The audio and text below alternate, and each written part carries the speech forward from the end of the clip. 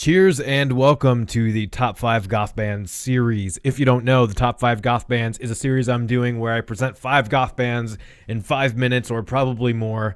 And these are bands that can be either obscure or really well known, because even well known bands, somebody doesn't know who they are. They can be brand new or super old.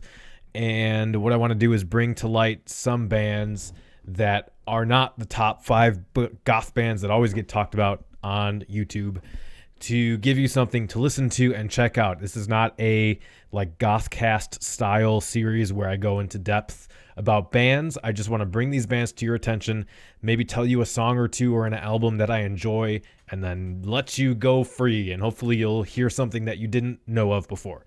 So the first one is a band called Crypt of Carmilla. Oh, too much glare. Crypt of Carmilla. This is a cassette tape. If you don't know what that is, ask your parents. The album is Master's Chalice. This is actually a friend of mine's band. It's his band. So you probably don't know who this is, but you can check out their Bandcamp. It's a genre called dungeon synth, and something I had not heard of before. I honestly don't know how new the genre is, but it's really fucking cool. It's super spooky.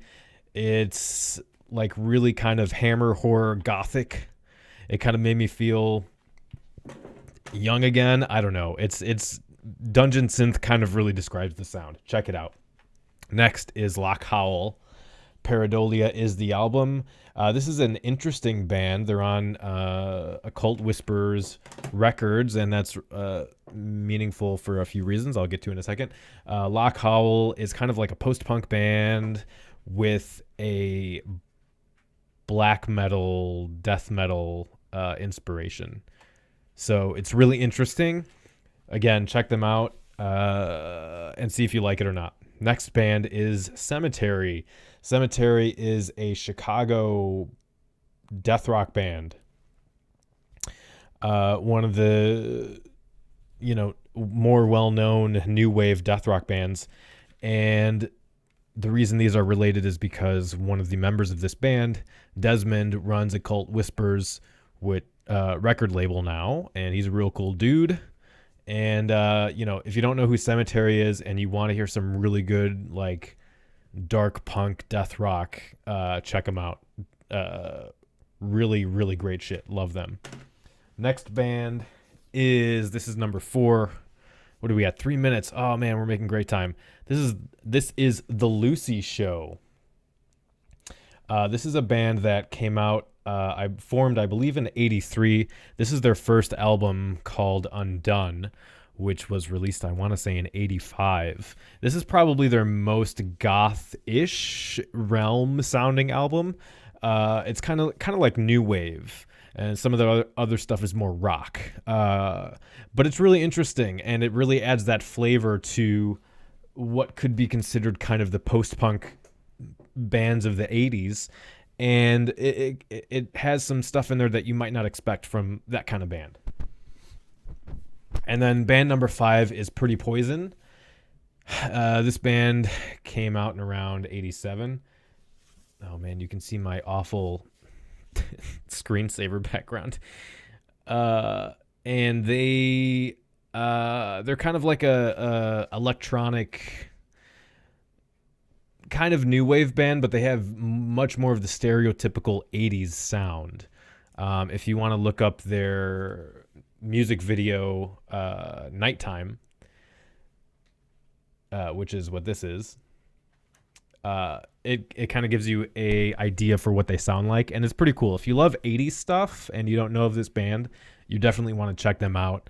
I love their sound. I like 80s sounds, so really cool. And then as a bonus, since we're just at about 5 minutes, and I know everyone's going to roll their eyes, but there's always a goth out there who hasn't listened to one of the main bands. And since this is a main band that doesn't get talked about, Christian Death. If you don't know, if you've never listened to Christian Death, or perhaps you listened to Only Theater of Pain and thought, this is rubbish. It doesn't sound like I don't know, Sisters of Mercy or whatever you kind of like. I would suggest you listen to my favorite Christian death album, which is Ashes, if you're into more of the ethereal stuff. But if you've never listened to them, check out Only Theater of Pain. It was the a seminal death rock album. And I know there's some goth out there who doesn't know who Roz Williams is or has never actually listened to them, and that's fine. Everybody's got to start somewhere. I suggest you check them out. If you don't like Only Theater of Pain, take a listen to Ashes and see if you dig that.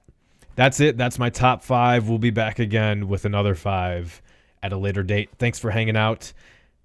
Check out Cemetery Confessions. A new episode is coming out soon. You can get it on this YouTube channel if you want to listen to it here. Otherwise, search Cemetery Confessions on your podcast app or get the Belfry Network app for free on Android. If you like hearing interviews with people in the scene, discussions about social issues surrounding the goth scene from an academic perspective, a researched perspective, and multiple opinions from different people, well-known and just kind of the goth down the street, check it out, Cemetery Confessions. I will have a link in the description. Otherwise, just go to the videos on this channel and look for the episode numbers. It'll be easy to spot because they're 3 hours long. So thanks for hanging out. See you guys next time.